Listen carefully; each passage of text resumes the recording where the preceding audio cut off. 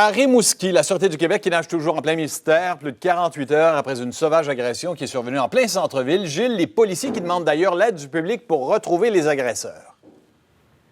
Oui, Richard, je vous rappelle d'abord les faits. Vers 2 heures du matin, dans la nuit de samedi à dimanche, il y a un homme qui marche ici, là, sur la rue Saint-Germain, en plein centre-ville de Rimouski.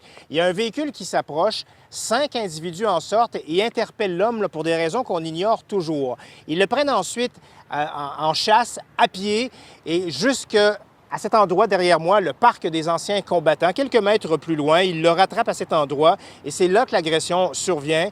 L'homme âgé de 25 ans, qui est originaire du Nouveau-Brunswick, a été battu de façon violente et gratuite, puis abandonné sur place.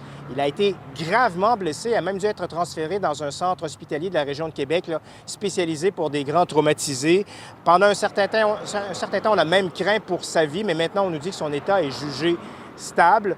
C'est clair que la Sûreté du Québec donc a besoin d'informations parce que jusqu'à preuve du contraire, personne n'a été témoin de cette sauvage agression. Voici Claude Doiron de la Sûreté du Québec.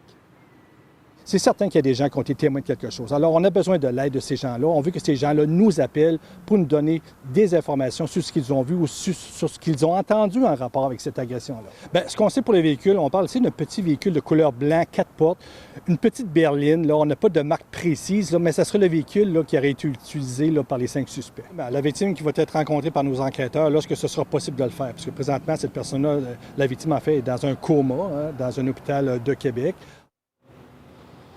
Bon, Richard, je vous mentionne que les policiers sont appelés à l'occasion, évidemment, pour des querelles, des bagarres à Rimouski, mais jamais pour des agressions là, violentes de cette nature. Rimouski n'est surtout pas réputé pour être une ville violente.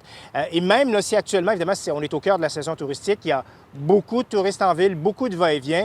La Sûreté du Québec se montre rassurante. Il n'y a pas de raison là, de crainte pour sa sécurité dans les rues de Rimouski. Puis, entre-temps, bien évidemment, donc, on recherche toujours des témoins de cet événement.